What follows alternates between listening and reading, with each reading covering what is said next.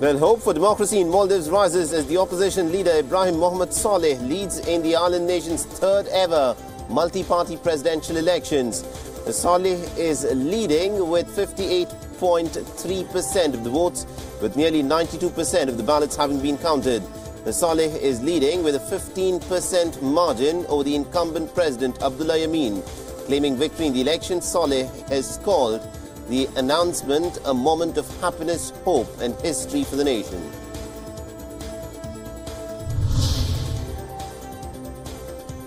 U.S. Secretary of State Mike Pompeo has left open the possibility of U.S. President Donald Trump meeting with the Iranian President Hassan Rouhani on the sidelines of the UNGA. Now, the comments come as U.S. Ambassador to the United Nations Nikki Haley had dismissed Iran's assertion that Washington and its Gulf allies were to blame for the deadly parade attack that had killed 25 people, and said that Tehran should in fact look closer home. Now, Pompeo has also said that Washington does not rule out the use of military force to respond to the use of chemical or biological weapons.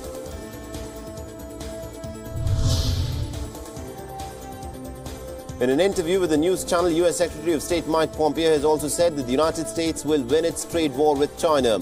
The United States has imposed 25% duties covering almost about $50 billion of Chinese-made goods and a second round of 10% tariffs covering another $200 billion of Chinese exports into the United States, which will come into effect from today.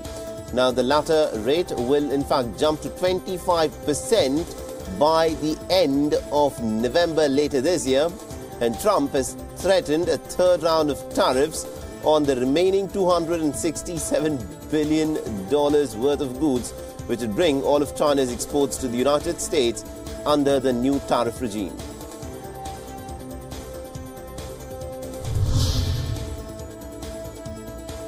The U.S. Democratic senators have decided to call on the FBI to investigate allegations that as a teenager, U.S. Supreme Court nominee Brett Kavanaugh had sexually assaulted a woman at a party several years ago. Now, the senators have stated that if Kavanaugh is confirmed without being cleared by an FBI investigation, the Democratic majority Senate could reopen the investigations in the future if he's a sitting judge on the nation's highest court.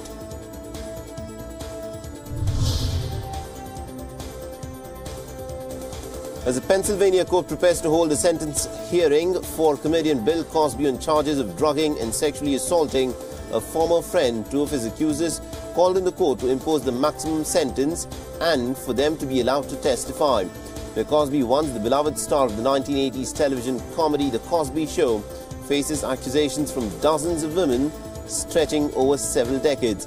At least about 10 women have pending civil claims against Bill Cosby in lawsuits that have been filed in California and Massachusetts, carrying potentially hundreds of thousands or even millions of dollars in terms of damages from him.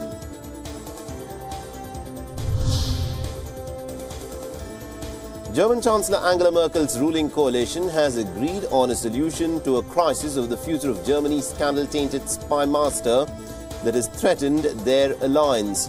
The coalition parties have assured that Hans-Georg Maassen will be removed from his role as domestic intelligence chief after he faced accusations of harboring far-right views. After a meeting between the parties, Interior Minister Horst Seehofer has said that they had agreed that Maassen will work as a special advisor in the Interior Ministry in future, but he will not receive any pay rise.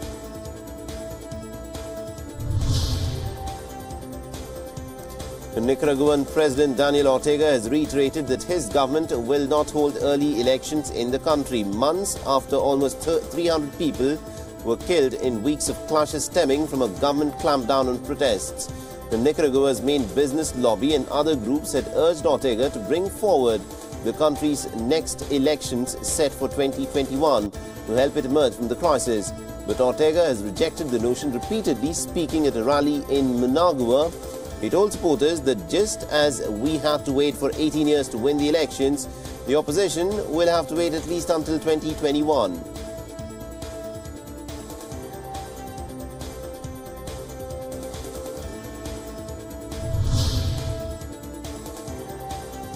The Serbian performance artist Marina Abramovic was struck on the head with a painting by a man at a Florence museum. The man approached Abramovic and attacked her before he was wrestled to the ground by two men who appeared to be part of her security team. The Palazzo Strozzi director Arturo Galancino said on the museum's Instagram page that Abramovic was unhurt.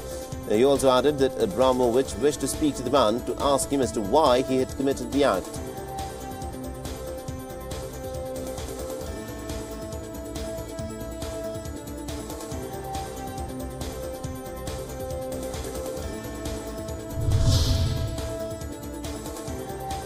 The anti-Brexit protesters calling for a new referendum on Britain's exit from the European Union marched through Liverpool as the country's opposition Labour Party has held its annual conference in the city.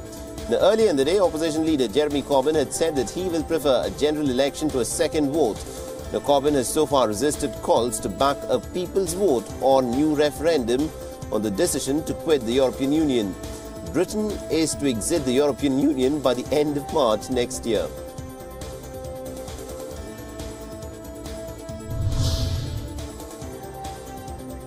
The Panama Maritime Authority has revoked the registration of search and rescue ship Aquarius II, and that means that there will be no charity rescue ships off the Libyan coast in the near future unless the vessel can find a new flag to sail under. Aquarius II, the one remaining charity rescue vessel still operating in the central Mediterranean area, is currently at sea with about 58 survivors on board. And the decision by the Panama Authority means that once the ship comes into port, it will be deflagged and will not be allowed to operate again unless it can find a new flag.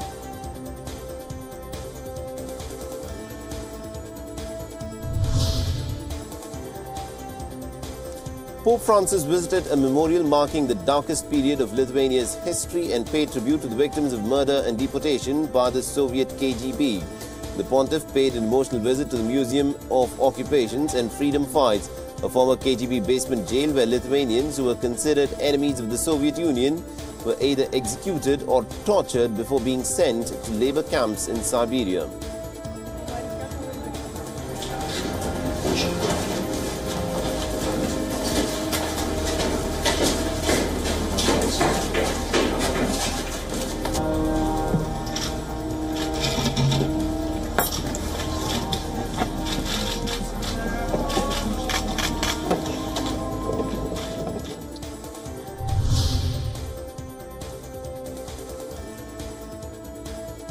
Pope Francis also prayed at a memorial to the victims of the Vilnius ghetto.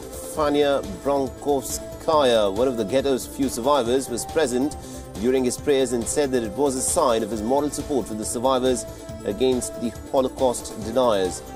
The Sunday marks the 75th anniversary of the liquidation of the ghetto in the Lithuanian capital, the culmination of 2 years of oppression. More than 200,000 Lithuanian Jews were murdered by the Nazis during the World War. Now, the country's Jewish community today numbers about 3,000.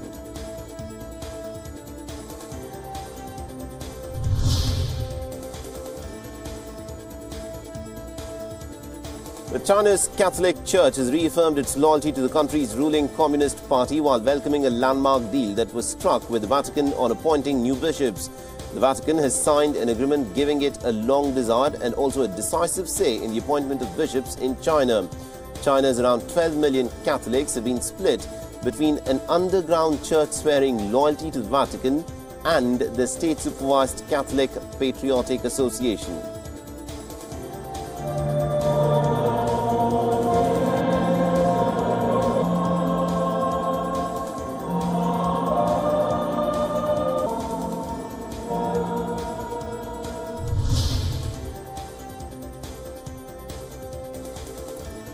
Now, 2 days after a Roman Catholic bishop accused of raping a nun in India's southern Kerala state was arrested, the nuns across the state who were protesting against the bishop and demanded his arrest alleged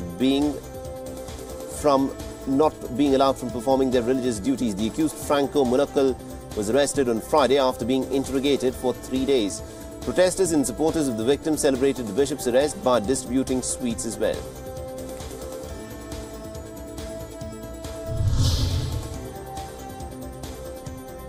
The flash flood triggered by heavy rains has hit the hill town of Kullu, northern Indian state of Himachal Pradesh, leaving at least about 25 people stranded.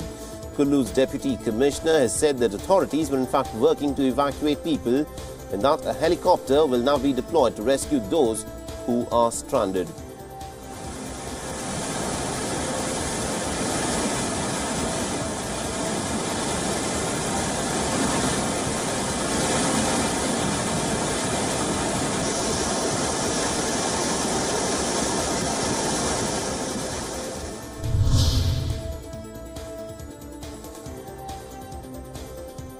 Indian Prime Minister Narendra Modi has again launched the world's biggest healthcare program, aiming to provide free health services to almost about 500 million poor people. The scheme, which is also called Modi Care, will provide 100 million families or about 500 million poor people with health cover of about 5 lakh rupees per year for treatment of serious ailments. The plan will be initially rolled out in 27 states where the federal government will bear about 60% of the costs and 40% will have to be borne by the state governments.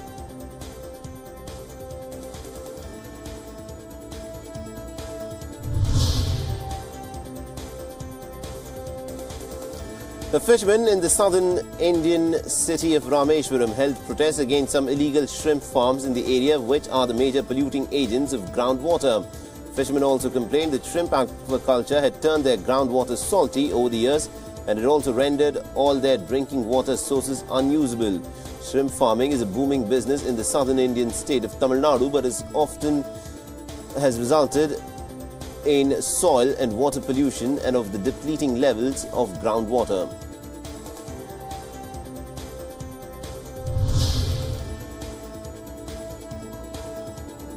Hindu devotees across India marked the last day of the Ganesh Chaturthi festival by immersing idols of the elephant-headed deity Ganesh in rivers and seas. Devout Hindus took out grand processions and also danced away, bidding farewell to the elephant god Ganesha all over India after 10 days of celebrations which commenced from his birthday, which is called as Ganesh Chaturthi.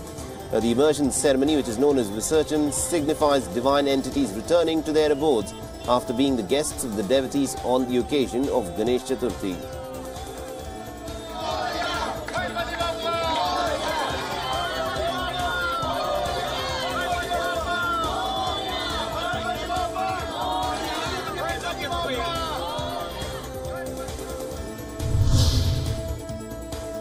The workers from Brazil's National Museum, which burned to the ground on the 2nd of September, opened a festival where visitors were able to participate in paleontology workshops and also take part in bow and arrow and sword fight tournaments. The National Museum Lives Festival will promote a series of workshops and free activities based on the various areas of history and other sciences. The museum also housed before a devastating fire destroyed much of its collection.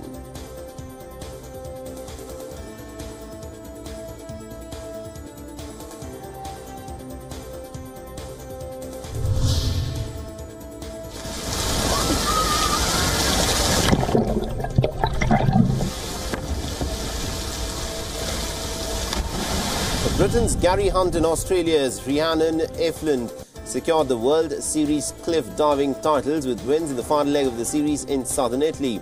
Now, diving into the waters of the Adriatic Sea, Hunt beat off the competition from American and Mexican rivals who finished second and third in the leg as well as in the overall standings.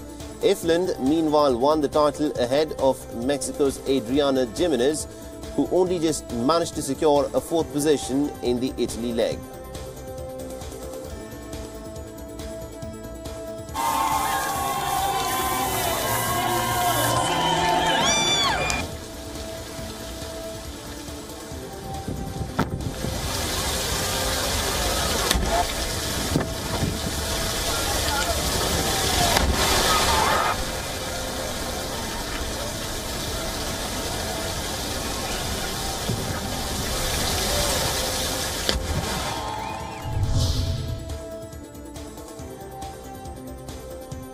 Japan's Miho Nonaka and Slovenia's Jerne J. Kruder won the Adidas Rockstars bouldering event in the German city of Stuttgart. Nonaka, competing with a bandaged shoulder, won the finals on the super boulder ahead of American Alex Puccio, who failed to keep her grip on the final boulder.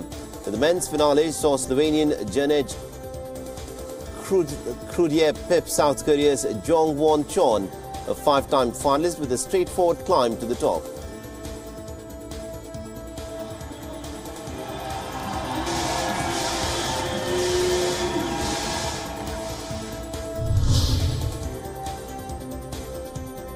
Around 150 pilots from France and beyond flew Delta planes and paraglided for a very special carnival in the French Alps sky. Thousands of spectators were able to dress up. They dressed up as Queen Elizabeth's Formula One cars and also drummers flying through the sky. Every year since 1974, the small village of Saint Hilaire hosts one of the biggest Delta plane and paragliding festival in France. The Iker Cup in 1987, the Masquerade Contest or the I Carnival, was created awarding a pilot with a Best Costume prize.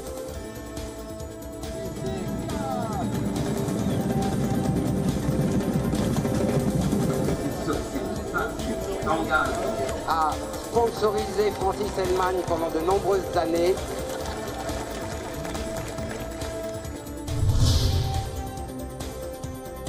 The pigs flew, teddy bears soared, and even dinosaurs rose into the Berlin sky as crowds were treated to a high-flying kite display. The colourful spectacle at the Tempelhoferfeld grounds in the German capital marked the 7th anniversary of the giant kite festival. Kite-flying champions from around the world proudly showed off their handmade creations buoyed by windy weather.